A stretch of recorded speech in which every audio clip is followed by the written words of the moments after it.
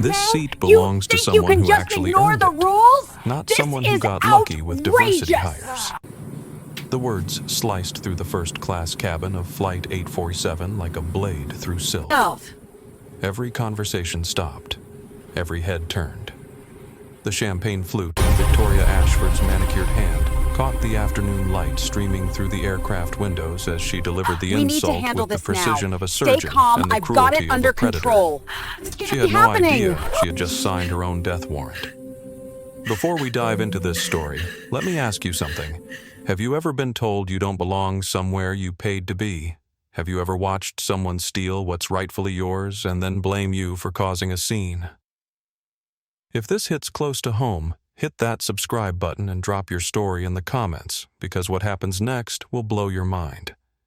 This is the story of how one entitled woman's racism didn't just cost her a seat, it cost her everything, and the woman she tried to humiliate. She didn't just fight back, she grounded the entire plane. Where are you watching from right now? Drop your city below, because this story is about to take you on a journey from JFK Airport in New York to a boardroom where justice was served ice cold. Flight 847, American Elite Airlines, JFK to London Heathrow. Departure time, 2:15 p.m. What should have been a routine 8-hour flight became the most expensive 8 words Victoria Ashford ever spoke. The woman standing in the aisle of first class didn't look like a CEO. Maya Richardson stood 5 feet 6 inches in black leggings and an oversized cream sweater that had seen better days. Her natural hair was pulled back in a messy bun, secured with what appeared to be a regular rubber band. No designer shoes, no glittering jewelry, no obvious signs of wealth, just sneakers, tired eyes, and the kind of exhaustion that comes from 72 hours of back-to-back merger negotiations in London. Maya Richardson, 42 years old, CEO and founder of Richardson Global Solutions, worth $3.2 billion. She didn't look it. That was the point. Maya had built her logistics empire from nothing. Starting with a single delivery truck and a dream, she'd grown Richardson Global into one of the largest supply chain companies in the world. Her signature was on contracts that moved products for Fortune 500 companies across 6 continents. Her decisions affected global shipping routes, employment for hundreds of thousands of people, and stock prices that investors watched like hawks. But right now, all she wanted was to sink into seat 1A, close her eyes and forget about the corporate sharks she'd been swimming with for the past 3 days. She approached row 1, her boarding pass clearly showing 1A in bold letters. Maya Richardson, first class, seat 1A. That's when she saw her. Victoria Ashford looked like she'd stepped out of a magazine photo shoot for women who lunch too much. 55 years old, blonde hair sculpted into a helmet that could probably withstand a Category 3 hurricane, and wearing a designer blazer that cost more than most people's monthly rent. She was sprawled across seat 1A like she owned not just the seat, but the entire aircraft. Victoria had never worked a day in her life. Born into old money, married into new money, she collected charity board positions like some people collected stamps. Her husband, Brandon Ashford, ran Ashford Capital, a hedge fund that managed money for people who had so much money they needed other people to count it for them. Victoria believed the world owed her comfort. She believed rules were for other people. She believed that her last name was a hall pass that excused any behavior no matter how cruel. She was about to learn how wrong she was. "Excuse me," Maya said softly, stopping beside the row. Her voice was calm, professional, the same tone she used in boardrooms when she was about to acquire a company. Victoria didn't look up from her phone. She was aggressively scrolling through Instagram, her acrylic nails clicking against the screen like tiny hammers. A champagne flute sat on the tray table beside her, half empty. It was 2:15 in the afternoon. "Excuse me," Maya repeated a little louder this time. Victoria's head tilted up slowly like a queen acknowledging a peasant. She looked Maya up and down with the kind of visual assessment usually reserved for livestock auctions. Her eyes lingered on Maya's casual outfit, her comfortable shoes, her absence of obvious wealth markers. And then she smiled. It wasn't a nice smile. "The lavatory is back that way," Victoria said, pointing toward the rear of the plane without breaking eye contact. "Economy boarding is through the second door. This section is for first-class passengers only." Maya didn't blink. She'd heard this song before. Different verse, same racist melody. "I'm not looking for the lavatory," Maya replied evenly. "You're in my seat." Victoria let out a sharp laugh that sounded like a bark. She took another sip of her champagne and settled deeper into the leather seat like she was claiming territory. "I hardly think so," Victoria said, her voice dripping with the kind of condescension that came from a lifetime of never being told no. "This is first class. Seat 1A. The manifest must be wrong if you think you belong here. Now please move along. You're blocking the aisle." Maya reached into her pocket and pulled out her phone, displaying her mobile boarding pass on the screen. "I have my boarding pass right here. Seat 1A. Maya Richardson. If you're in 1A, there's been a double booking. But judging by the fact that your bag is occupying seat 1B, I'm guessing you're actually supposed to be somewhere else." Victoria's Chanel bag was indeed sprawled across the adjacent seat like it had paid for its own ticket. Victoria snapped her fingers. She didn't snap them at Maya. She snapped them into the air like she was summoning a servant. "Flight attendant," she called out sharply. "Flight attendant." "There's a situation here." Rosa Martinez appeared from the galley like she'd been shot from a cannon.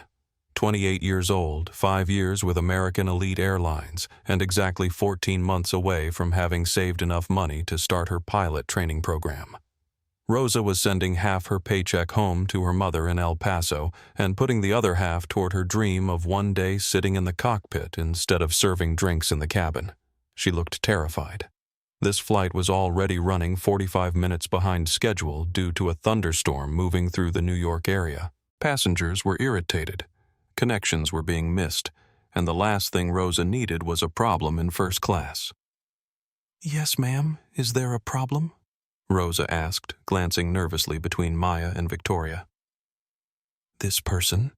Victoria gestured vaguely at Maya with her champagne flute, causing a few drops to slosh onto the pristine gray carpet. "Is harassing me. She claims she has this seat, but clearly there's been some kind of mistake. Please escort her back to economy class where she belongs, so I can enjoy my flight in peace." Rosa looked at Maya. Maya held up her phone display calmly. "I'm Maya Richardson," Maya said with the patience of someone who had explained this before. "I have seat 1A. I believe this passenger is mistaken about her seat assignment." Rosa squinted at Maya's phone screen, then looked at her tablet. She swiped through several screens, checking and double-checking. The color drained from her face. She looked at Victoria with the expression of someone who was about to deliver very bad news. "Ma'am," Rosa said to Victoria, her voice trembling slightly. "May I please see your boarding pass?" "This is ridiculous," Victoria huffed, but something in Rosa's tone made her dig into her oversized bag. She produced a crumpled paper boarding pass and shoved it at Rosa like she was handing over evidence of Rosa's incompetence. Rosa scanned it. Then she scanned it again. Then she looked like she wanted to disappear into the aircraft's ventilation. "Mrs. Ashford," Rosa said carefully, "this ticket is for seat 4C. That's an aisle seat in the 4th row of first class. This is seat 1A. You are currently in Ms. Richardson's assigned seat." Maya stepped forward, expecting Victoria to gather her things and apologize for the confusion. Maya had encountered this before, people who assumed that wealth and status were visible from 50 feet away, who couldn't conceive that someone in comfortable clothes might have more money than someone in designer labels. Usually, once the mistake was pointed out, people moved with embarrassed apologies and mumbled excuses about reading their boarding pass wrong. Victoria didn't move. Instead, she crossed her arms and settled even deeper into the seat like she was putting down roots. "No," Victoria said. The cabin went quiet. Conversations that had been humming in the background stopped mid-sentence. The businessman in seat 2A looked up from his laptop. The woman in seat 3B paused in organizing her carry-on. Even the soft jazz playing through the cabin's speakers seemed to fade. "Excuse me?" Maya asked. "I said no." Victoria stated, her voice carrying the kind of authority that comes from never having been denied anything. "I'm comfortable. My legs are already elevated. I have a conditioned sciatica, and I need the bulkhead space." "You," she pointed a manicured finger at Maya like she was selecting produce, "are young and clearly able-bodied. You can take 4C. It's the same cabin, same service. It shouldn't make any difference to you. It makes a difference because it's the seat I paid for." "Maya," replied, her voice dropping an octave. The temperature in the cabin seemed to drop with it. "And I am not switching." "Well, I'm not moving." Victoria smirked, raising her champagne flute like she was making a toast. "So I suggest you either sit down in an available seat or get off the plane. Your choice." Maya Richardson had built a billion-dollar empire by knowing exactly when to push and when to let her opponents hang themselves with their own rope. She could feel the moment crystallizing around them like ice forming on a window. Everyone in first class was now watching. Some were starting to take out their phones. Maya looked at Rosa, who appeared to be caught between her training, which clearly stated that passengers had to sit in their assigned seats, and the very real pressure that came from dealing with a platinum-level passenger whose husband's company held a massive corporate contract with American Elite Airlines. Rosa Maya said calmly, "I would like to sit in my assigned seat. Please facilitate this." Rosa swallowed hard. She leaned down to Victoria, lowering her voice. "Ma'am, federal regulations require all passengers to be seated in their assigned seats for takeoff. I really do need you to move to seat 4C. Victoria's face went from entitled irritation to pure rage in the span of a heartbeat. She slammed her champagne flute down on the tray table with enough force that the glass shattered.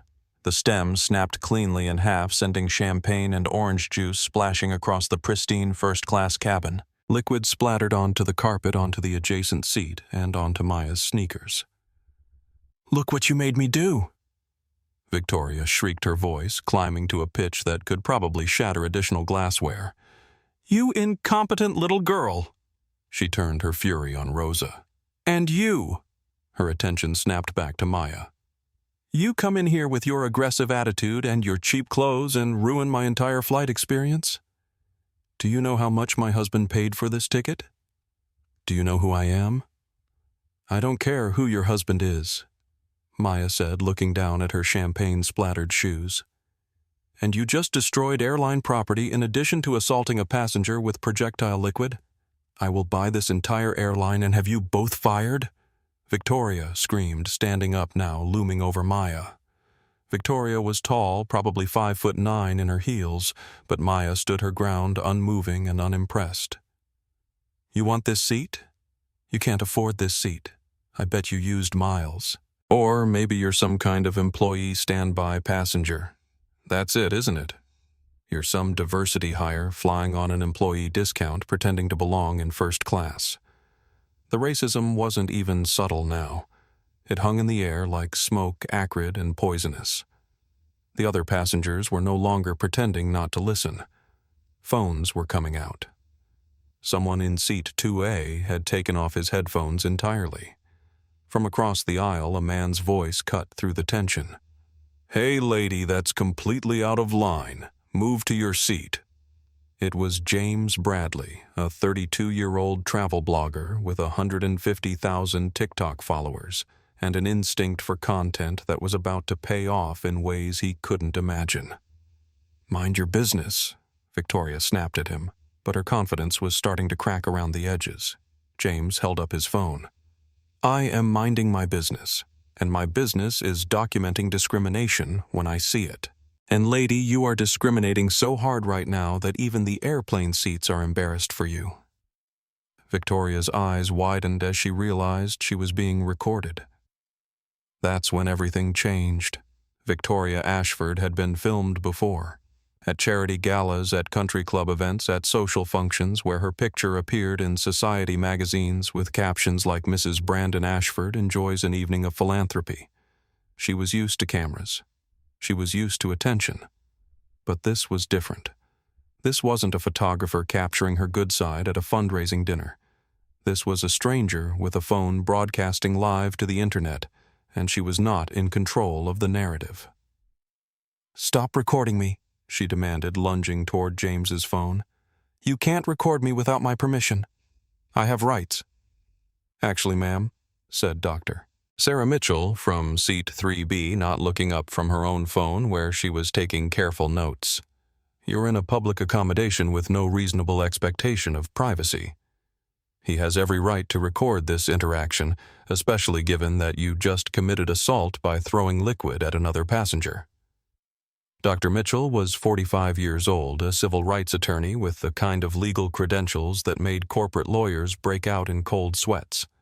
She specialized in discrimination cases, particularly those involving public accommodation and transportation.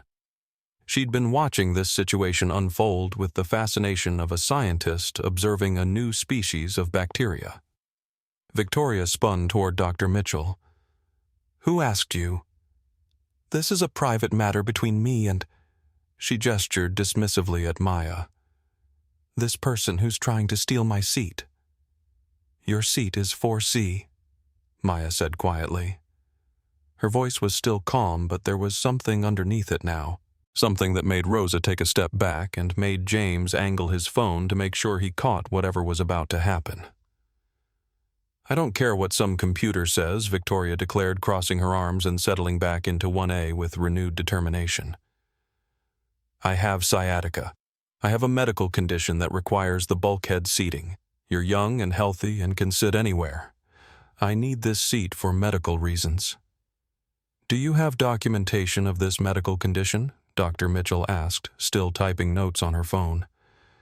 "Because claiming a disability to justify discrimination is actually a federal crime in addition to being morally reprehensible."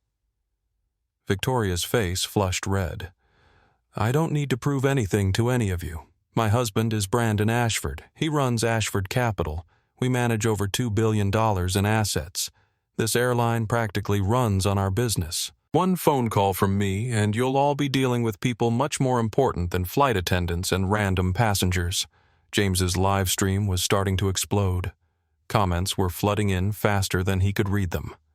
"Karen alert! Karen alert! Someone, please tell me this is going viral. This woman is unhinged. Has anyone identified her yet? That poor woman just wants her seat." "Ma'am?" Rosa tried again, her voice shaking. "Now, federal aviation regulations require all passengers to be seated in their assigned." "I don't care about your regulations." Victoria cut her off. "I care about my comfort, my medical condition, and my right as a platinum-level passenger to be treated with the respect I deserve. This person," she pointed at Maya again, "can sit in economy for all I care. She clearly can't tell the difference." That's when Maya pulled out her phone. She didn't make a big show of it. She simply reached into her pocket, withdrew a sleek black iPhone, and dialed a number. The phone rang once before someone answered. Jessica Maya said calmly, "It's happening. Execute Protocol 7.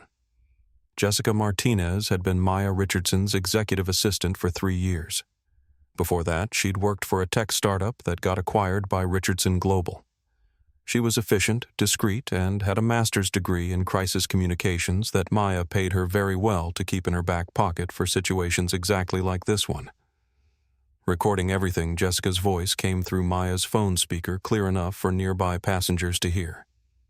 "Legal team standing by. Social media monitoring initiated. How many witnesses? Full first-class cabin." Maya replied, her voice still conversational. "Multiple recordings in progress. Assault with projectile liquid documented. False disability claims documented. Racial discrimination documented with multiple witnesses." Victoria's head snapped toward Maya's phone. What? What is she talking about?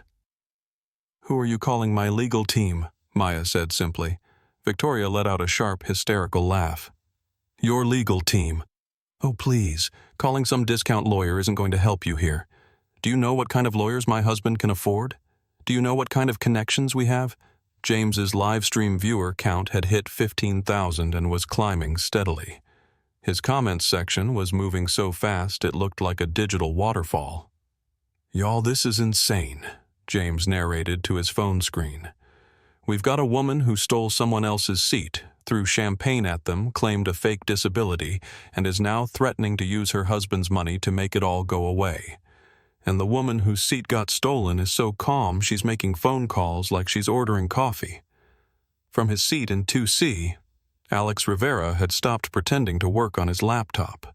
As a Hispanic businessman who'd built his own consulting firm from nothing, he'd experienced his share of people who assumed he didn't belong in first-class cabins. He'd watched this entire scene play out with growing anger. Ma'am, Alex said, standing up and facing Victoria, "You're embarrassing yourself and everyone who has to watch this. Just move to your assigned seat so this plane can take off." Victoria whirled on him. "Oh, great. Another one. Is this some kind of diversity convention? Did you all coordinate this? Are you filming some kind of social media stunt?" The casual racism was breathtaking in its boldness. Victoria had moved beyond dog whistles into full air horn territory. "Okay, that's definitely getting clipped," James muttered, still live streaming. "Lady, you just went full racist on a live broadcast. I hope your husband's lawyers are really good because you're going to need them, Doctor." Mitchell had stopped taking notes and was now openly recording with her phone's video function. "For the record, Mrs. Ashford, you have now made discriminatory statements about 3 different people based on their race or ethnicity. This is being documented for legal purposes." "I'm not discriminating against anyone," Victoria shrieked. "I'm just trying to enjoy my flight without being harassed by people who don't belong in first class." "And how exactly do you determine who belongs in first class?" Maya asked quietly. Victoria opened her mouth, then closed it. She seemed to realize she was walking into a trap, but she couldn't see how to get out of it. People who pay for first class belong in first class," she said finally. "I paid for first class," Maya replied. "Prove it." Maya held up her phone showing her mobile boarding pass. "Already did." That could be fake. Anyone can fake a boarding pass on their phone. Dr. Mitchell looked up from her own phone. "Mrs. Ashford, are you now accusing Ms. Richardson of federal document fraud? Because that's a serious criminal allegation, and if you're making it without evidence, that constitutes defamation." Victoria was starting to realize that she was surrounded by people who knew more about law technology and public relations than she did. But instead of backing down, she doubled down. "I want to speak to the captain," she announced. "I want everyone off this plane except me and the other legitimate first-class passengers. This is harassment, and I'm not tolerating it." Rosa looked like she wanted to disappear into the aircraft's upholstery. "Ma'am, I can't remove passengers without cause, and—" "The cause is that they're harassing me," Victoria interrupted. "Look at them. They're all recording me. They're making accusations. And that woman," she pointed at Maya again, "assaulted me by forcing me to spill my champagne." James burst out laughing, nearly dropping his phone. "Lady, did you just claim that you assaulted yourself?" The view count on his live stream had hit 30,000. Comments were coming in from around the world. "Someone, please tell me they're getting her name and face. This is the most entertaining flight delay ever.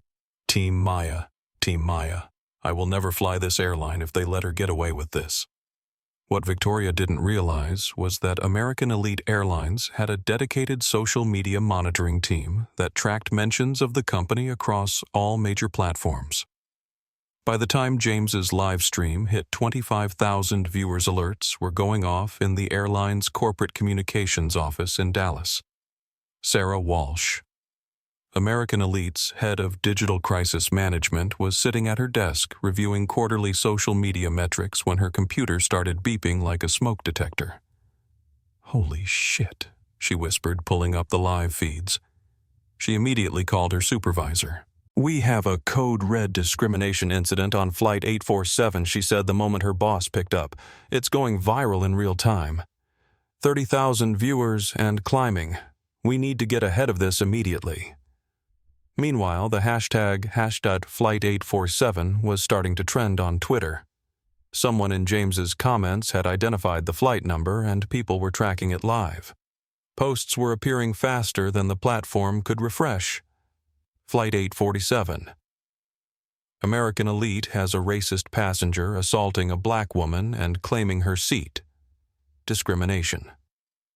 Live now, entitled "White Woman Steals Seat from Black Passenger Claims. Fake Disability." Flight 847. This is why we can't have nice things. Flight 847. Racism. At 30,000 feet. Alex Rivera had pulled out his own phone and was recording from a different angle. "I'm documenting this too," he announced. "From multiple angles, because this woman is about to claim this never happened. You can't all record me," Victoria screamed. "This is coordinated harassment." "You're all working together to make me look bad, ma'am," Dr. Mitchell said with the patience of someone explaining gravity to a flat earther. "You're making yourself look bad. We're just documenting it." As Maya watched Victoria's meltdown escalate, her mind flashed back to another moment 34 years earlier. Maya Richardson had been 8 years old, one of only 3 black children at Prestigious Academy, an elite private school in Connecticut. She was there on a full academic scholarship, a fact that some parents seemed to know and resent. Her mother worked double shifts as a nurse to afford the uniform and supplies that the scholarship didn't cover. It was pickup time, and Maya was waiting with the other children in the designated area when Mrs. Whitmore, the mother of one of Maya's classmates, approached. "Excuse me, sweetie Mrs." Whitmore had said in the condescending tone adults used when they were about to be cruel. "The scholarship children wait separately. There's a different pickup area for you. It's around back by the service entrance." 8-year-old Maya had felt her face burn with shame and confusion. She knew she belonged with her classmates. Her grades were higher than most of theirs. She followed all the rules, wore the same uniform, participated in the same activities. But Mrs. Whitmore had been so confident, so certain, that Maya began to doubt herself. Maybe there was a different pickup area. Maybe she had gotten confused. Maya had started walking toward the back of the school when her mother appeared, still in her nursing scrubs from her shift at the hospital. "Maya, what are you doing back here?" When Maya explained what Mrs. Whitmore had said, her mother's expression had gone through several emotions in quick succession: confusion, realization, and then a cold fury that 8-year-old Maya had never seen before. Her mother had marched Maya right back to the front of the school, directly up to Mrs. Whitmore. "My daughter belongs wherever she's supposed to be," her mother had said in a voice that could cut steel. "And if you ever try to make her feel like she doesn't belong again, you'll be dealing with me. Do we understand each other?" Mrs. Whitmore had mumbled an apology and hurried away. That night, as her mother tucked her into bed, she'd said something Maya never forgot. "Baby people are going to try to make you feel like you don't belong in places you've earned the right to be. They'll try to make you doubt yourself, make you think you got lucky, instead of recognizing that you worked hard. Don't you ever let them move you from where you belong." "You hear me," Maya had promised, and she'd spent the next 34 years building a life and a business empire that meant no Mrs. Whitmore, no matter how confident or entitled, could ever make her doubt her right to be anywhere again.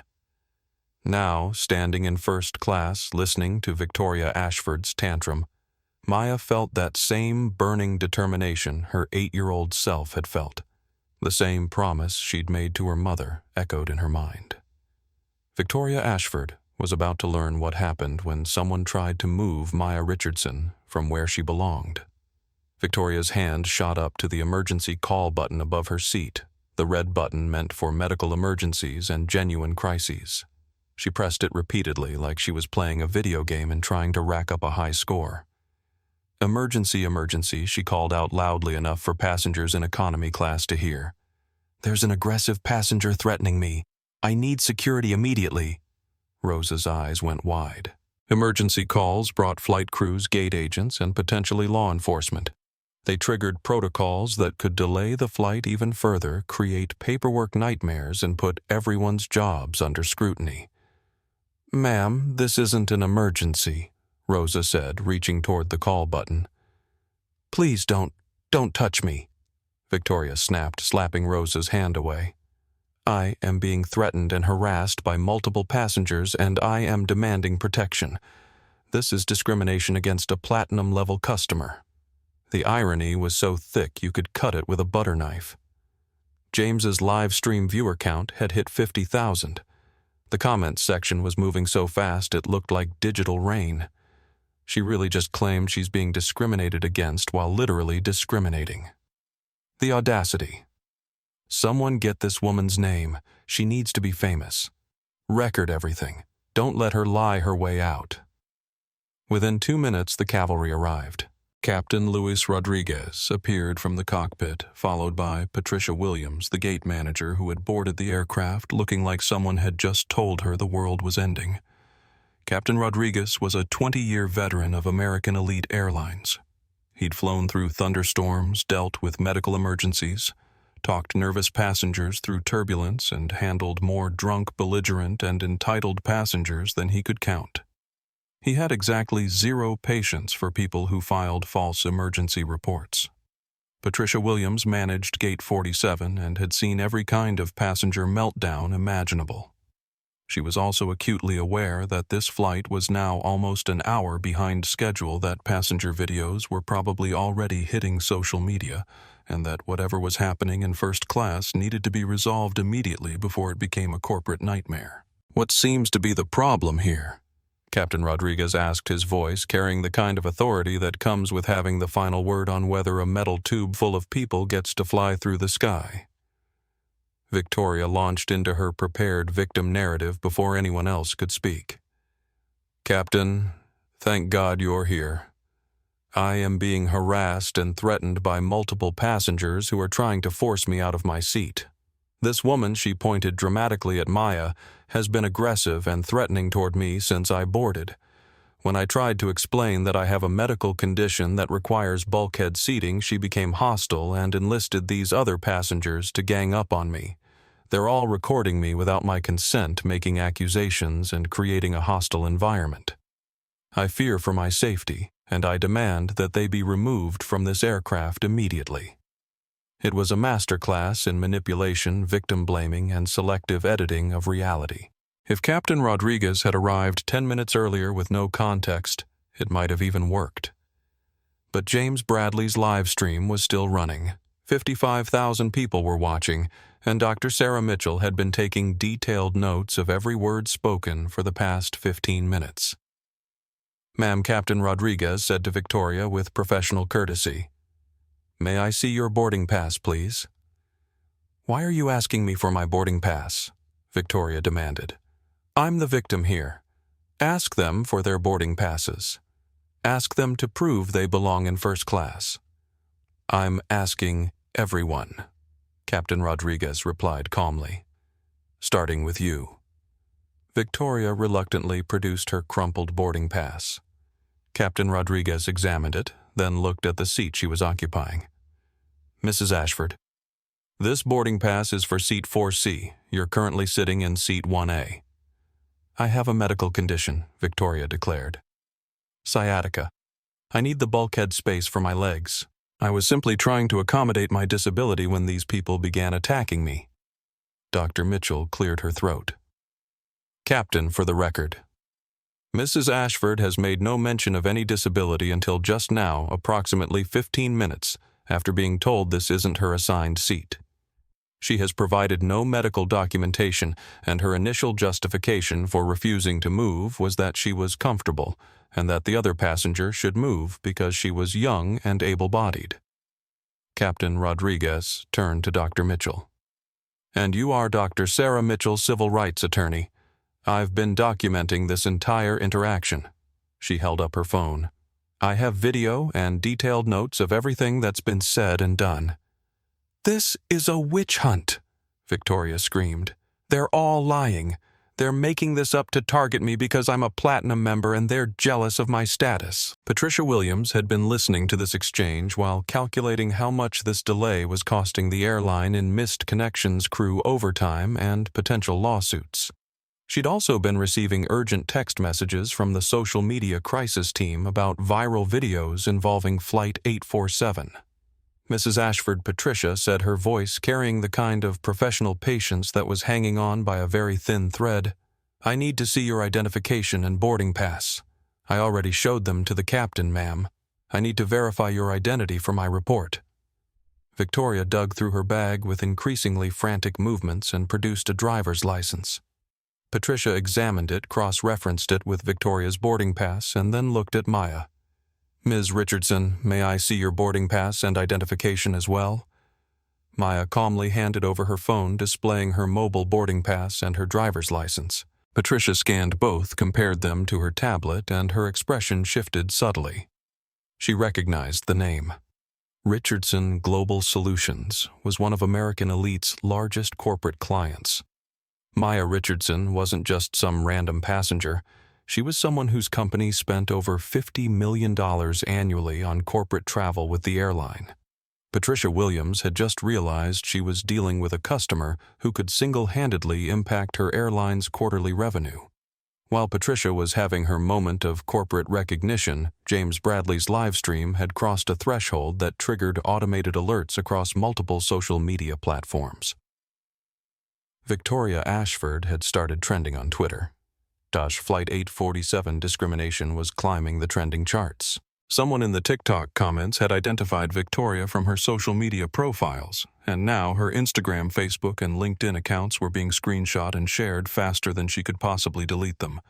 "Guys," James whispered to his live stream, trying not to be overheard.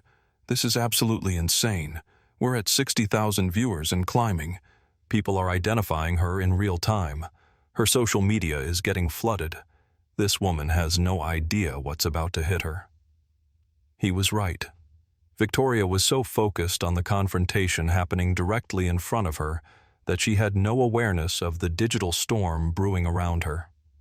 Comments were pouring in from around the world. Victoria Ashford of Greenwich, Connecticut, found her LinkedIn. "She's on the board of 3 charities. They should see this. Her husband Brandon runs Ashford Capital. Someone should tell him screenshot everything before she deletes it." Meanwhile, in the American Elite Airlines Crisis Communication Center in Dallas, Sarah Walsh was having the worst day of her professional career. "We've got multiple viral videos, trending hashtags on 3 platforms, and major news outlets starting to pick up the story," she reported to her boss. "This is quickly becoming a national story. We need to get ahead of this immediately." Her boss, David Chen, head of corporate communications, was pacing behind his desk like a caged animal. "How bad is it? Bad. Really bad. We've got a passenger who appears to be committing clear racial discrimination while claiming victimhood, all happening on one of our aircraft with our crew present. And the passenger, she's discriminating against Maya Richardson." David stopped pacing. "The Maya Richardson Global Solutions. Maya Richardson. The same. Oh shit. Oh shit. How much business do we do with Richardson?" "Global." Sarah was already pulling up the account information. $52 million annually in corporate contracts. They're one of our top 15 corporate accounts. Get me the CEO on the phone immediately. And get someone to that aircraft right now with authority to handle this situation. If we lose the Richardson Global account over some racist passenger, heads are going to roll." Back on Flight 847, Patricia Williams was starting to understand the magnitude of the situation she was dealing with. She'd just spent 30 seconds discreetly Googling Maya Richardson on her phone and had nearly dropped it when she saw the search results. Ms. Richardson, Patricia said carefully, I sincerely apologize for this situation. We will resolve this immediately. Will you? Maya asked quietly. Because, from my perspective, your airline has allowed a passenger to steal my seat, assault me with thrown liquid, make false accusations against me, file a fraudulent emergency report, and claim a fake disability to justify discriminating against me. And so far your resolution has been to ask me to prove I belong here while taking her word for everything. Patricia's face went pale. Everything Maya had just described would be detailed in the inevitable corporate review, and Patricia was starting to realize that her job might be on the line. Ma'am? We will absolutely. Patricia, Maya said, and Patricia's eyes widened at the use of her name. Maya had read her name tag, but Patricia hadn't expected Maya to remember it. I'm going to make this very simple for you. I want to sit in the seat I paid for. I want this passenger removed from my seat and relocated to her assigned seat. And I want an explanation for why your crew allowed this situation to escalate to the point where passengers had to document discrimination because your staff wouldn't address it. Victoria, who had been momentarily quiet while calculating her next move, chose this moment to play her trump card. Do you know who my husband is? She demanded of Patricia. Brandon Ashford. Ashford Capital. We manage over $2 billion in assets. My husband's company spends millions with this airline every year. One phone call from me and you'll be looking for a new job. It was a threat that might have worked on Patricia an hour ago, but Patricia had just looked up Maya Richardson's net worth on Forbes.com. Victoria's husband managed $2 billion in assets. Maya Richardson owned $3.2 billion in assets. Victoria had just brought a knife to a gunfight. Maya reached into her pocket and withdrew her phone for the second time. This time she didn't call her assistant.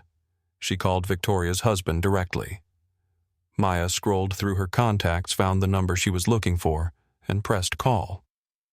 The phone rang twice before a familiar voice answered. Brandon Ashford's office. This is Amanda. Hi, Amanda. This is Maya Richardson. Is Brandon available? It's urgent. Ms. Richardson. Of course, let me get him right away. Victoria's face went from smug confidence to confused concern. How did this woman have direct access to her husband's office? Within 15 seconds, Brandon Ashford's voice came through Maya's phone speaker loud enough for the entire first-class cabin to hear. Maya, great to hear from you. How is London? Did the merger go through? Hi, Brandon, Maya said conversationally, as if she weren't standing in the aisle of an aircraft surrounded by 60,000 people watching via live stream. London was productive, thank you. But I'm calling about a different matter. I'm currently on Flight 847 to London and your wife has just assaulted me. The silence on the phone was so complete that you could hear the aircraft's ventilation. I'm sorry what Brandon's voice had changed from friendly and professional to the tone of someone who had just been told their house was on fire. Your wife Victoria stole my assigned seat on this flight. When I asked her to move to her assigned seat, she threw champagne at me, made several racially discriminatory statements, filed a false emergency report, and claimed a fake disability to justify her behavior. The entire incident has been recorded by multiple passengers and is currently being live-streamed to over 60,000 viewers. Victoria's face had gone completely white. She was staring at Maya's phone like it was a poisonous snake. Victoria Brandon's voice came through the speaker with the kind of cold fury that comes from realizing your spouse has just destroyed your business relationships. Tell me you did not just assault Maya Richardson. Brandon, you don't understand. She was trying to steal my seat and... Your seat.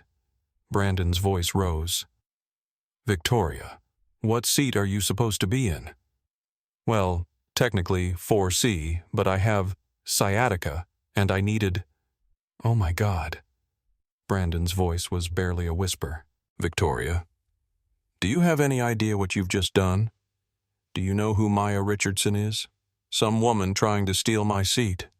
Maya Richardson is the CEO of Richardson Global Solutions. They handle 60% of our logistics contracts.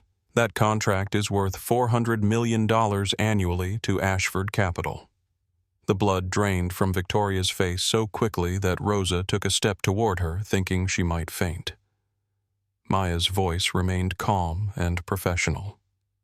Brandon, I want you to know that this isn't about business relationships. This is about basic human decency. Your wife looked at me and decided I didn't belong in first class based on how I look. She stole my seat, assaulted me, and then tried to have me removed from the aircraft.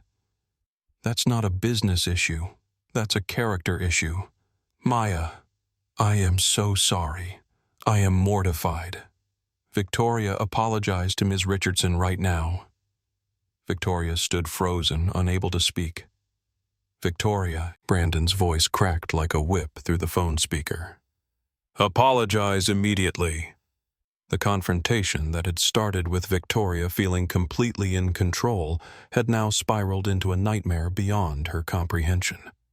Her husband was yelling at her through a stranger's phone in front of a cabin full of people while being broadcast live to an audience larger than most television shows. I'm sorry, Victoria whispered. Louder, Maya said quietly. I'm sorry, Victoria said, tears starting to form in her eyes. For what? Maya asked. For taking your seat and throwing champagne at you. And for what else? Victoria looked around the cabin wildly as if someone might help her. James was still live streaming, Dr. Mitchell was still taking notes, Alex Rivera was still recording, and Rosa was looking like she wanted to disappear entirely. I don't... Brandon's voice came through the phone speaker again. Victoria, you will apologize for every single thing you said and did, or I swear to God you'll be finding your own way home from London. Victoria began to cry in earnest now. Not the performative tears she'd tried earlier, but real ugly crying that came from the realization that she had just destroyed her own life in the span of 30 minutes. I'm sorry for saying you didn't belong in first class, she sobbed. I'm sorry for making racist comments. I'm sorry for lying about having a disability. I'm sorry for filing a false emergency report. I'm sorry for everything. Maya looked at her for a long moment. The cabin was so quiet that Victoria's ragged breathing seemed to echo. Brandon. Maya said into the phone, We'll discuss the business implications of this later. Right now I just want to sit in my seat and continue my journey. Of course. Maya, again, I cannot express how sorry I am. There will be consequences for this. I promise you. Maya ended the call and looked at Victoria, who was now standing beside seat 1A, crying and holding her Chanel bag like it was a life preserver. Your seat is 4C, Maya said simply. Victoria gathered her belongings with shaking hands and stumbled toward the back of the first-class cabin. As she passed each row, passengers stared at her with mixtures of disgust, disbelief, and second-hand embarrassment. Maya settled into seat 1A, pulled out a travel pillow, and closed her eyes like nothing had happened. But something had happened. Something big. And it was just getting started. James Bradley looked at his live stream viewer count, 85,000 people and climbing. Y'all, he whispered to his phone. I think we just witnessed something that's going to change everything. He had no idea how right he was. Maya had settled into seat 1A and was organizing her carry-on when her phone buzzed with an incoming call. She glanced at the screen and saw a name that made her smile slightly. Robert Hayes, CEO of American Elite Airlines. She answered on speakerphone. Hi, Robert. Maya Roberts' voice was cheerful, but there was an underlying tension that suggested he was calling for damage control rather than friendly conversation. I just heard there was some kind of misunderstanding on Flight 847. I wanted to personally ensure that everything has been resolved to your satisfaction. Maya looked around the first-class cabin. Victoria was slumped in seat 4C, still crying quietly. Rosa was frantically cleaning up the spilled champagne.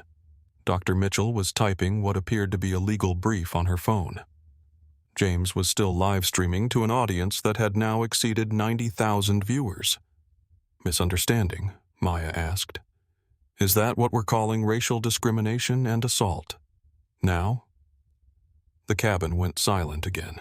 Everyone was listening to this conversation, and James made sure his live stream audience could hear every word. Maya, we're taking this very seriously. I've already ordered a full investigation, and Robert. Maya interrupted gently. Let me help you understand what actually happened here. One of your passengers stole my seat, threw champagne at me, made multiple racist statements, filed a false emergency report, and claimed a fake disability when confronted. Your crew was present for all of this, and failed to address it until the situation became a public relations nightmare. James's live stream comments were moving so fast, they were unreadable, CEO to CEO conversation. This is better than Netflix. She really has the airline CEO on speed dial. Victoria picked the wrong woman to mess with Maya. We will absolutely address every aspect of this incident. The passenger in question will be banned from American Elite Airlines permanently, and we'll be reviewing our crew training protocols immediately. That's a start, Maya said. But Robert, this isn't just about one racist passenger. This is about the culture that allowed the situation to escalate this far. Your crew asked me to prove I belonged in the seat I paid for while taking her word for everything. That's not an individual problem, that's an institutional one. Victoria looked up from seat 4C, her face streaked with mascara and tears. She was beginning to understand that her nightmare was just beginning. You're absolutely right, Robert said. Maya, what can we do to make this right? Maya was quiet for a moment, considering her response. She wasn't interested in personal compensation or individual revenge. She was interested in ensuring that no other person would have to go through what she'd just experienced. We'll discuss that when I land in London, Maya said. But Robert, this conversation is being live-streamed to about 95,000 people right now, so I hope your commitment to addressing this issue is genuine. There was a pause on the line. Robert Hayes had just realized that his private damage control call was actually a very public relations moment. Of course. Maya American Elite Airlines is committed to providing respectful service to all passengers regardless of race, ethnicity, or any other characteristic. We will not tolerate discrimination in any form. Good, Maya said. I'll hold you to that. She ended the call and looked around the cabin. Captain Rodriguez was standing nearby, having listened to the entire conversation. Ms. Richardson, he said respectfully, on behalf of American Elite Airlines, I formally apologize for this incident. This should never have happened on one of our aircraft. Thank you, Captain Rodriguez. I appreciate that.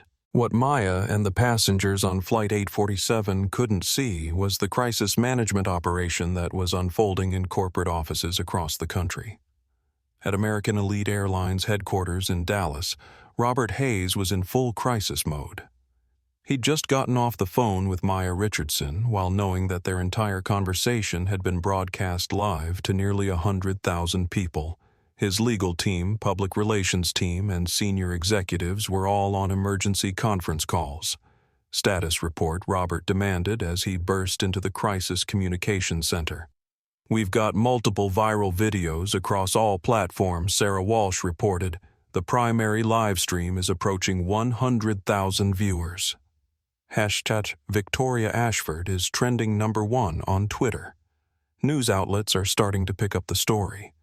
CNN, Fox, MSNBC, and the BBC have all reached out for comment. How bad is it? Sarah pulled up a compilation of social media posts on the main screen. Very bad. People are calling for boycotts. They're sharing screenshots of Victoria Ashford's social media accounts. Someone found her address and her husband's business information. This is beyond viral. It's become a cultural moment. Meanwhile, at Ashford Capital's offices in Manhattan, Brandon Ashford was having the worst day of his professional life.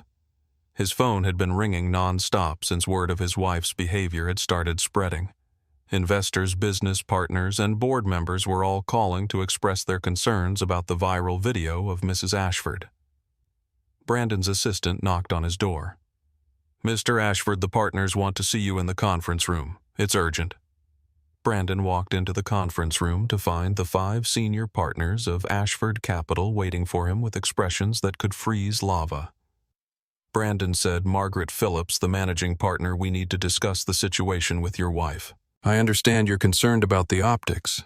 "Concerned about the optics," interrupted Thomas Chen, another senior partner. "Brandon, your wife, just committed racial assault on video in front of 100,000 people. Our phones haven't stopped ringing. We've had 3 major clients ask about pulling their accounts. The Richardson Global contract is probably gone. This isn't about optics. This is about survival." Brandon felt his world crumbling around him. Ashford Capital managed money for some of the wealthiest and most image-conscious clients in the world. Having a partner's spouse become the poster child for racist behavior was the kind of scandal that could destroy a business overnight. What do you want me to do?" Margaret leaned forward. "Fix it, immediately, or we'll fix it ourselves." By 4:30 p.m., Ashford Capital's stock price had dropped 12%. The decline had started as soon as financial news outlets picked up the story and connected Victoria Ashford to the investment firm. Social media sentiment tracking showed overwhelmingly negative reactions, and several institutional investors had already called to express concerns about their investments. Maya's phone buzzed with a text from her own financial team, AFCD, down 12% and falling. "Your response." Maya typed back, "Monitor, but don't engage. Let the market decide." She wasn't actively trying to destroy Ashford Capital, but she also wasn't going to lift a finger to save it. The market was reacting to what it had seen, and Maya believed in letting consequences play out naturally. Victoria, still crying in seat 4C, had no idea that her 30-minute tantrum had just wiped out millions of dollars in value from her husband's company. Her phone had been buzzing constantly, but she was too distraught to answer it. As Flight 847 finally began to taxi toward the runway for takeoff, Maya received one more phone call that would seal Victoria's fate. This time it was from David Park, a major investor in Ashford Capital, and someone Maya had known for years through various business dealings. "Maya," David said, "I just saw the video. I am appalled and horrified. I want you to know that several of us are pulling our investments from Ashford Capital effective immediately. David, you don't need to do that for my sake. This isn't for your sake. This is because we can't be associated with a firm whose partner's spouse commits racial assault on video. It's a liability we can't afford.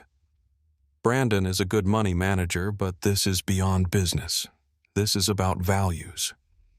Victoria, who had been listening to Maya's phone conversations with growing horror, finally understood the full scope of what she had done. She hadn't just embarrassed herself. She had destroyed her husband's business and their entire livelihood. "Please," Victoria called out from 4C, her voice cracking. "Please call them back. Tell them I'm sorry. Tell them it was a mistake." Maya turned to look at her. "Mrs. Ashford, this isn't about apologies anymore. This is about consequences. You looked at me and decided I didn't belong somewhere based on the color of my skin. You assaulted me, lied about it, and tried to have me removed from a flight. Those actions have results, and you're experiencing them." Dr. Mitchell looked up from her phone. "Mrs. Ashford, you've now experienced in 30 minutes what many people face their entire lives. The difference is that when most people are discriminated against, no one films it, no one cares, and there are no consequences for the perpetrators. Today, you got to be held accountable in real time. Consider it a learning experience." Victoria buried her face in her hands. Her entire world, her social status, her husband's business, her financial security, her reputation, had crumbled in the time it takes to watch a sitcom episode. James Bradley's live stream was winding down as the plane prepared for takeoff. But he had one final message for his 105,000 viewers. Y'all, what we just witnessed was justice in action. Not revenge, not cruelty, just natural consequences for inexcusable behavior. Mrs. Maya Richardson didn't destroy Victoria Ashford's life. Victoria Ashford destroyed her own life by choosing to be racist. Ms. Richardson just refused to let it slide. As the plane lifted off from JFK Airport, Maya Richardson closed her eyes and smiled slightly. She wasn't celebrating Victoria's downfall. She was satisfied that the world had seen exactly what happens when dignity meets entitlement. And she was just getting started. The viral nature of the incident meant that before Flight 847 even reached cruising altitude, law enforcement at London Heathrow Airport was already being briefed on the situation. The live stream had captured clear evidence of assault filing a false emergency report and what appeared to be hate crime enhancement factors due to the racial nature of the discrimination. Detective Inspector Sarah Collins of the Metropolitan Police had been monitoring social media feeds when the incident first caught her attention. With over 100,000 people having witnessed the assault in real time, and with Victoria's behavior being clearly documented from multiple angles, building a case would be straightforward. "We've got clear video evidence of assault," Detective Inspector Collins briefed her team. The perpetrator threw liquid at the victim, made racially motivated statements, and filed a false emergency report. "We'll be arresting her the moment she steps off that plane." What Victoria didn't realize as she sat crying in seat 4C was that her legal troubles were just beginning. In addition to the criminal charges she would face in London, Maya's legal team was already preparing civil suits for assault, defamation, and intentional infliction of emotional distress. By the time Flight 847 was 2 hours into its journey, the corporate fallout had reached tsunami proportions.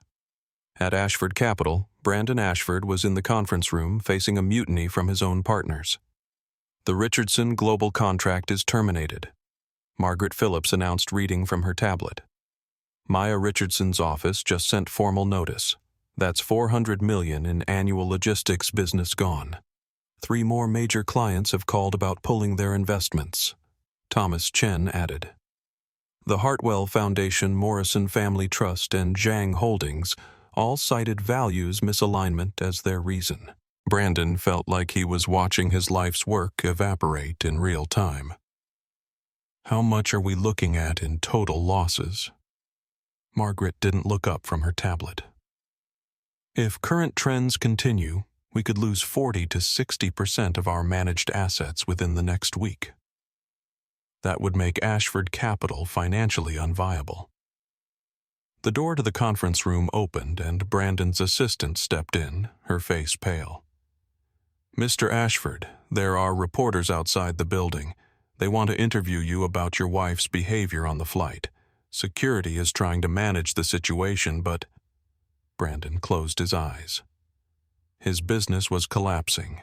His wife had become the most hated woman on the internet, and now the media was circling like vultures.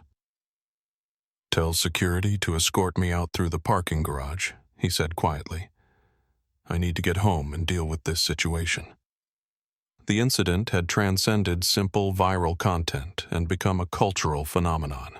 Victoria Ashford was trending #1 globally across all major platforms. Maya Richardson was trending #2 with overwhelmingly positive sentiment. #Flight 847 and #Justice Served were also dominating trending topics. James Bradley's original live stream had been viewed over 2 million times in its entirety, and clips from it were being shared faster than social media platforms could count them. The most popular clip, showing Victoria's racist rant and Maya's calm phone call to Brandon Ashford, had been shared over 50,000 times in the first hour after the flight took off.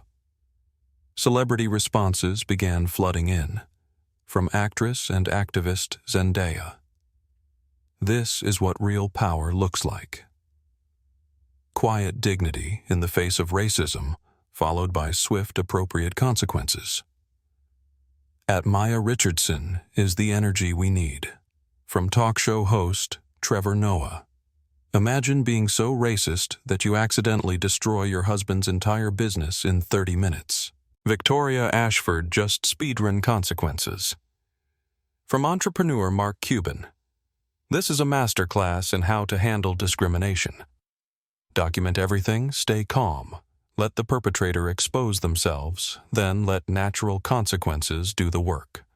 Comedy writers were having a field day creating memes and satirical content about the incident.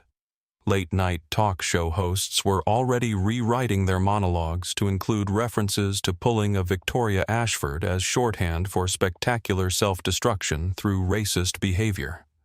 What made this incident different from countless other examples of discrimination was the real-time nature of the consequences. Usually, racist incidents went viral after the fact, leading to delayed accountability, hollow corporate apologies, and minimal real-world impact on the perpetrator's life. This time, the consequences were happening in real time, broadcast live with immediate financial and social impact. Victoria's Instagram account had gained 50,000 followers in 3 hours. Not because people liked her, but because they wanted to follow her downfall. Her comments sections were flooded with criticism. Her photos were being screenshot and shared as examples of entitled behavior, and several of the charitable organizations she was associated with had already begun quietly distancing themselves from her. The Greenwich Country Club, where Victoria had been a member for 15 years, received over 300 calls and emails demanding her membership be revoked. The Ashford Foundation, the charitable organization she chaired, saw their social media accounts flooded with demands for her removal. Dr. Mitchell had used her legal expertise and social media following to create a detailed thread explaining the legal ramifications of Victoria's actions. Her analysis had been shared 20,000 times and was being used by law professors as a real-time case study in civil rights violations. Alex Rivera had posted his own video from the flight providing additional perspective on Victoria's discriminatory behavior. His video had received 500,000 views and thousands of comments from people sharing their own experiences with similar discrimination. Rosa Martinez, the flight attendant who had been caught between corporate pressure and doing the right thing, became an unexpected hero of the story. Social media users praised her for ultimately supporting Maya despite the pressure she was under from a platinum-level passenger. American Elite Airlines was receiving so many calls about the incident that their customer service phone lines crashed. Their social media accounts were flooded with demands for policy changes, crew retraining, and formal apologies. The hashtag American Elite Accountability was gaining momentum as people called for broader changes to how airlines handle discrimination incidents. By evening, the story had been picked up by every major news outlet in the United States and several international organizations. CNN's headline read, "Viral video shows racist passenger, attacking black CEO, destroying family business in minutes." Fox News ran with social media justice, flight incident shows, power of real-time accountability. The BBC reported American flight discrimination incident goes viral, sparks debate about travel industry bias. The New York Times published an op-ed titled "When Privilege Meets Consequence: Lessons from Flight 847. Financial news outlets focused on the business impact Bloomberg Ashford Capital stock plummets after partner's wife's racist airline outburst. Wall Street Journal: How one viral video destroyed a $400 million business relationship. Forbes Maya Richardson: The CEO who showed how to handle discrimination with grace and power. As Flight 847 continued toward London, Victoria sat in seat 4C experiencing what could only be described as a complete psychological breakdown. Her phone, which she had finally started checking, showed hundreds of missed calls, thousands of social media notifications, and dozens of text messages from friends, family members, and business associates. The messages ranged from concern to horror to outright rejection. From her sister, Victoria: "What have you done? Mother is beside herself. The video is everywhere." From her best friend: "I can't believe what I just saw. This isn't the person I thought you were." From her charity board colleagues: The board has called an emergency meeting to discuss your position, but the message that destroyed her completely came from her daughter who was studying abroad in Paris. Mom, my friends here have seen the video. I'm humiliated. How could you do something so cruel? How could you embarrass our family like this? I don't want to talk to you until you figure out how to become a better person. Victoria had always prided herself on being a good mother, despite her other flaws. Reading her daughter's disappointment and shame was the final blow to whatever remained of her self-image. She called Brandon, but he didn't answer. She called again. Still no answer. Finally, she sent a text. Brandon, I'm so sorry. I've ruined everything. I don't know what to do. His response came back immediately. Don't contact me. I'm with lawyers. We'll talk when you get back if there's anything left to talk about. Victoria realized that in addition to destroying her husband's business, she might have also destroyed her marriage. While Victoria was experiencing the full weight of her consequences, Maya was using her platform and influence to turn the incident into a teachable moment. She posted on her LinkedIn account, which had over 2 million followers. Today, I experienced discrimination on Flight 847. It wasn't the first time, and unfortunately, it probably won't be the last. But what made today different was that it was documented, witnessed, and addressed in real time. I want to be clear, this isn't about revenge or destroying someone's life.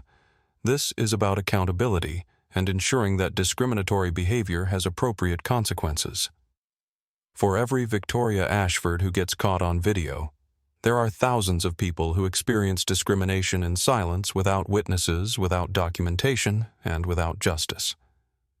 My hope is that today's incident will remind everyone that we all have a responsibility to speak up when we see discrimination happening, to support those who are being targeted, and to hold accountable those who choose to perpetuate hatred. Dignity isn't assigned based on the price of your ticket or the color of your skin. It's a basic human right that everyone deserves, whether you're in first class or economy. The post received 50,000 likes and 10,000 comments within 2 hours. It was shared across all major platforms and became the definitive response to the incident. Maya's approach, focusing on broader change rather than personal vendettas, resonated with millions of people who had experienced similar discrimination but never had the platform or power to respond effectively. As Flight 847 began its descent toward London, Victoria Ashford was about to face arrest lawsuits, social ostracism, and the complete destruction of the life she had built on a foundation of privilege and prejudice. Maya Richardson was about to land in London as a hero, having shown the world how to respond to discrimination with grace, dignity, and appropriate consequences. The contrast couldn't have been more stark. The courthouse in London was packed with media, legal observers, and civil rights advocates who had followed the case since that viral flight 6 months earlier. Regina V. Ashford had become one of the most closely watched discrimination cases in recent British legal history. Victoria Ashford looked nothing like the confident, entitled woman who had stolen Maya's seat on Flight 847. She sat beside her legal counsel wearing a simple black dress, no jewelry, her hair pulled back in a plain style. The designer clothes, the attitude, the assumption that her status would protect her. All of that had been stripped away by 6 months of legal proceedings, social ostracism, and financial ruin. Judge Patricia Hamilton reviewed the case file before addressing the courtroom. Mrs. Ashford, you have pleaded guilty to charges of assault, filing a false emergency report, and racially aggravated harassment. The evidence against you, including multiple video recordings viewed by millions of people worldwide, makes your guilt undeniable. Victoria's attorney stood up. Your Honor, my client recognizes the severity of her actions and has expressed genuine remorse. She has lost her marriage, her social standing, and her financial security as a result of this incident. She respectfully requests the court's mercy. Judge Hamilton looked at Victoria directly. Mrs. Ashford, before I pass sentence, do you wish to address the court? Victoria stood slowly, her hands shaking. For 6 months she had been preparing for this moment, working with counselors and therapists to understand how she had become the person who could treat another human being so cruelly. Your Honor, I cannot adequately express my shame for my actions on that flight. I looked at Ms. Richardson and made assumptions about her worth and her place based solely on her race. I acted with cruelty, entitlement, and prejudice that I now recognize came from a lifetime of privilege that I never questioned or examined. Victoria's voice cracked as she continued. I destroyed my own life in 30 minutes, but more importantly, I tried to destroy another human being's dignity. There is no excuse for that. I can only promise that I will spend the rest of my life trying to become the kind of person who would never even think such thoughts, let alone act on them. Judge Hamilton nodded. Mrs. Ashford, this court sentences you to 18 months in prison, suspended for 2 years, contingent on your completion of 200 hours of community service specifically focused on civil rights education and anti-racism work. You will also pay a fine of £50,000 to be donated to civil rights organizations chosen by Ms. Richardson. The courtroom buzzed with murmurs. It was a significant sentence that acknowledged the seriousness of Victoria's actions while providing a path for rehabilitation rather than pure punishment. After the hearing, Victoria found herself in an unexpected situation. Maya Richardson, who had flown to London specifically for the sentencing, requested a private meeting. They sat across from each other in a small conference room at Maya's lawyer's office. Victoria could barely make eye contact while Maya looked as composed as she had on that plane 6 months ago. Mrs. Ashford, Maya began. I want to discuss your future. Victoria looked up confused. I don't understand. Your husband's business collapsed completely, didn't it? Victoria nodded, tears forming in her eyes. The divorce was finalized last month. Brandon lost everything. Ashford Capital declared bankruptcy 3 months ago. We lost the house, the cars, everything. I'm living in a studio apartment and working as a receptionist at a medical office. Maya studied her for a moment. And how has that experience been for you? Humbling Victoria whispered. I've never had to work before. I've never had to worry about paying rent or buying groceries. I've never been treated like I was nobody special. It's been terrifying and eye-opening. Maya leaned forward. Mrs. Ashford, I have a proposition for you. You can continue on your current path serving your community service hours, rebuilding your life from nothing, struggling to survive on a receptionist's salary. That's certainly what you deserve based on your actions.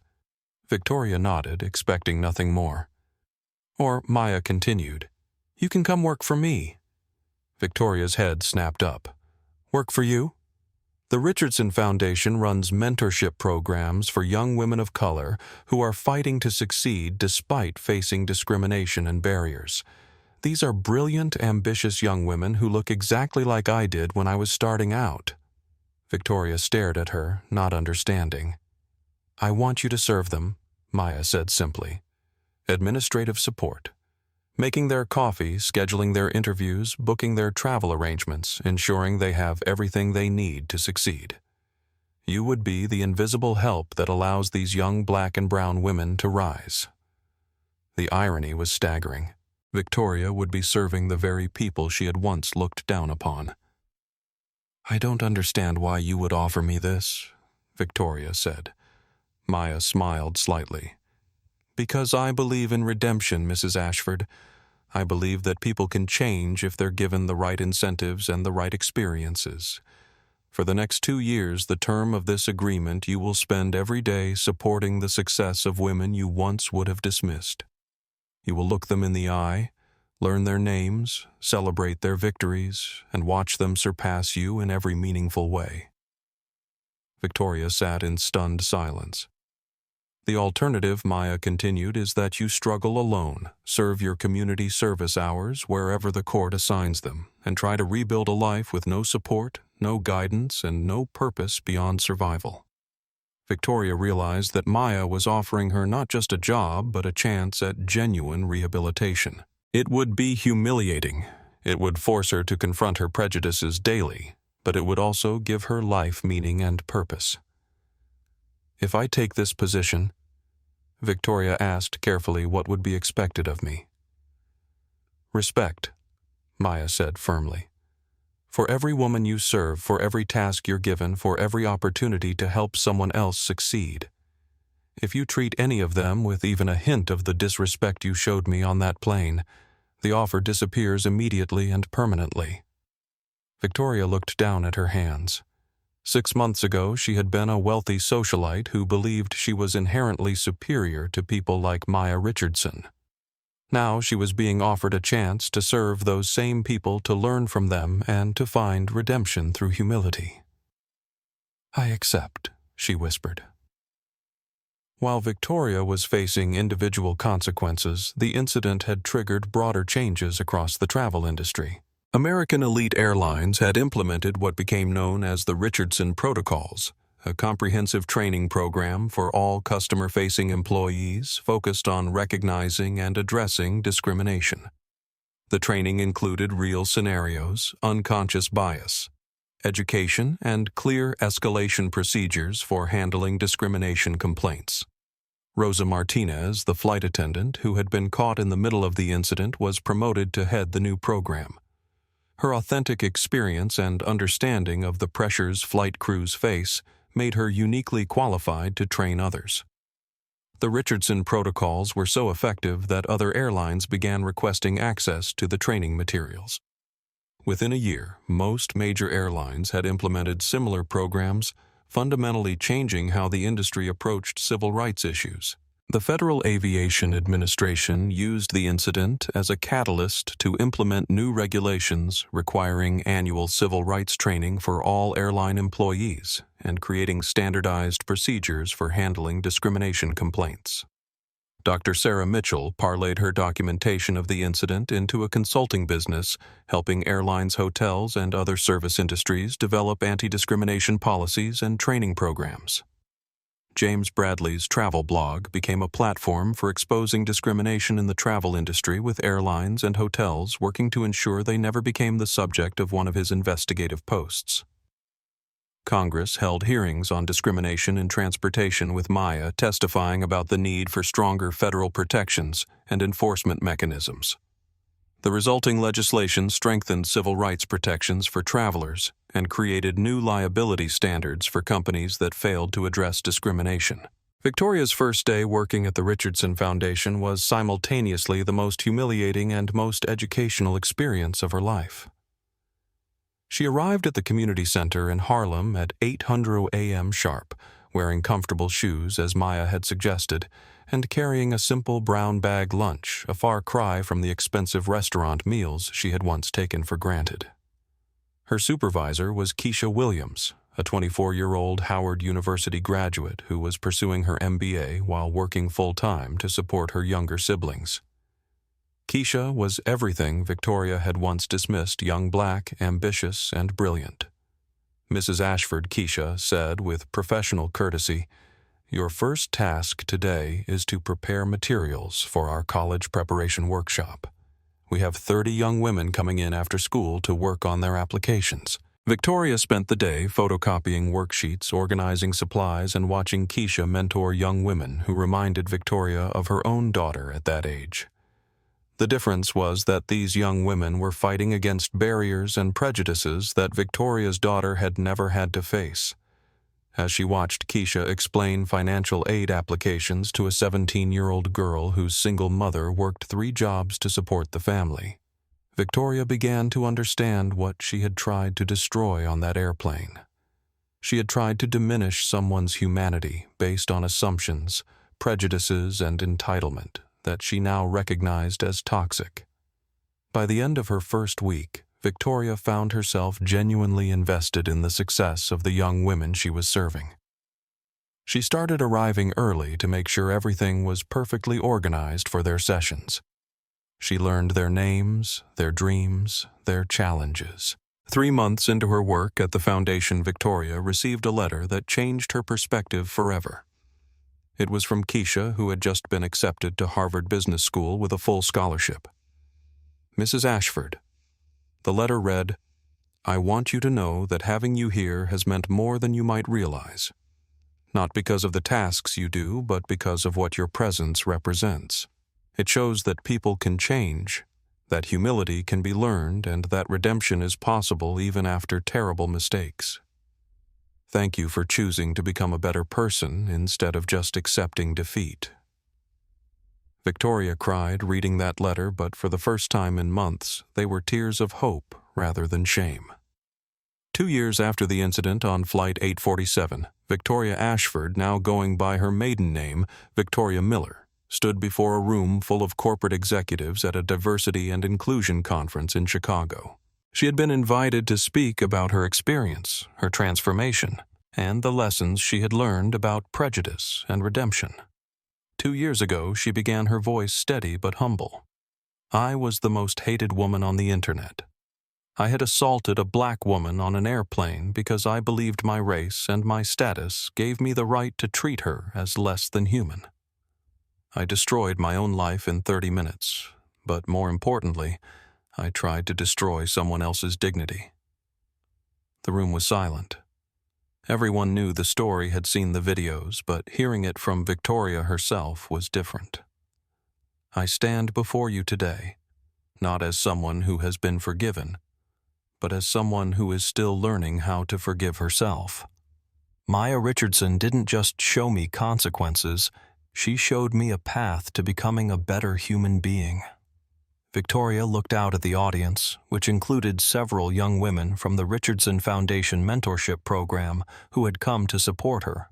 "For the past 2 years, I have had the privilege of serving brilliant young women of color who are changing the world despite facing barriers I never had to consider. They have taught me more about strength, grace, and perseverance than any book or lecture ever could." She paused, gathering her thoughts. "I cannot undo what I did on that airplane. I cannot take back the pain I caused or the example I set. But I can choose every day to be better than I was. I can choose to use my experience to educate others about the real impact of prejudice and the possibility of change." In the audience, Maya Richardson watched with quiet satisfaction. She had made the difficult choice to offer Victoria a path to redemption rather than simply letting her fall into irrelevance and bitterness. Watching Victoria speak with genuine humility and insight confirmed that the choice had been right. The incident on Flight 847 had become a case study in business schools, law schools, and psychology programs across the country. Professor Jennifer Kim at Stanford Business School regularly used the incident to teach her students about crisis management, social media's impact on business, and the importance of corporate values. The Ashford incident, as it came to be known in academic circles, demonstrates how individual behavior can have immediate widespread consequences in our hyper-connected world, Professor Kim would tell her students. But more importantly, it shows us different models of leadership under pressure. Students would watch clips of the incident and then analyze Maya's response strategy, her calm demeanor, her strategic use of technology to document and escalate her refusal to engage in emotional retaliation, and her focus on broader change rather than individual revenge. Young professionals, particularly women of color, began citing Maya Richardson as a role model for how to handle discrimination with dignity and effectiveness. Hashtag Maya Richardson. Response became shorthand on social media for responding to prejudice with strategic calm rather than emotional reaction. The Richardson Foundation had expanded internationally with programs in 12 countries focused on supporting young women who faced discrimination in education and business. Victoria Miller had become the unlikely poster child for redemption and change, speaking at events around the world about the possibility of growing beyond prejudice. The incident had fundamentally altered how many companies approached diversity and inclusion issues. The speed and scale of the consequences that befell Victoria and Brandon Ashford had served as a wake-up call to executives across industries. Corporate training programs began using the Flight 847 incident as a central case study, showing employees exactly what discriminatory behavior looked like, and demonstrating the potential consequences not just for individuals, but for entire organizations. American Elite Airlines had become an unexpected leader in civil rights training for the travel industry. Their Richardson protocols were being implemented by companies far beyond the airline industry, including hotels, restaurants, and retail chains. Rosa Martinez had been promoted 3 times since the incident and now served as American Elite's Vice President of Customer Experience and Civil Rights. She had used her platform to ensure that frontline employees, the people most likely to witness discrimination, were empowered to intervene and address problems before they escalated. What we learned from Flight 847, Rosa would tell her training sessions, is that discrimination thrives when bystanders stay silent and when employees feel powerless to act. Our job is to create culture where everyone feels empowered to do the right thing. 1 year after Victoria's speech at the diversity conference, Maya Richardson found herself back on an airplane, sitting in seat 1A of an American Elite flight from New York to London. It was the anniversary of the original incident, though she was traveling for business rather than any symbolic reason. As she settled into her seat, she noticed a young black girl, probably around 12 years old, sitting in 1B with her family. The girl kept glancing at Maya with recognition. Finally, the girl leaned over and whispered, "Excuse me, are you Maya Richardson?" Maya smiled. "I am. My mom says you're the reason I can sit anywhere I belong and know that people will defend me if someone tries to tell me I don't belong there." Maya felt her heart warm. "Sweetheart, you already belonged there. I just made sure everyone else knows it too." The girl's mother leaned over, tears in her eyes. "Ms. Richardson, I can't thank you enough for what you did. My daughter has grown up knowing that she has the right to take up space in the world. That's a gift I never thought I'd be able to give her." Maya reached into her briefcase and pulled out a business card for the Richardson Foundation. "When she's ready for college, have her contact us. We have scholarship programs for brilliant young women who want to change the world." As the plane took off, Maya reflected on the journey that had brought her to this moment. The incident with Victoria Ashford had been painful and infuriating, but it had also created opportunities to address widespread problems in ways that individual complaints never could have. She thought about Victoria now, Victoria Miller, who had just been promoted to regional coordinator for the Richardson Foundation's East Coast programs. Victoria's transformation had been genuine and complete, and she had become one of the Foundation's most effective advocates for change. Maya pulled out her phone and composed what would become her final public statement about the Flight 847 incident. 3 years ago, a woman looked at me and decided I didn't belong in first class. Today, I'm sitting in 1A next to a 12-year-old black girl who knows she belongs everywhere she has the right to be. That's not progress because of what I did. That's progress because of what we all choose to do when we see discrimination happening. Progress happens when bystanders become allies. Progress happens when companies choose values over convenience. Progress happens when people who have made mistakes choose growth over defensiveness. Victoria Ashford taught me something important that day. Dignity isn't about the seat you're sitting in, or the clothes you're wearing, or the money in your bank account. Dignity is about how you treat other human beings, especially when you think no one is watching. To everyone who has ever been told they don't belong, you belong. You always did. And now there are support networks, people in positions of power, and a culture of accountability that will support that truth.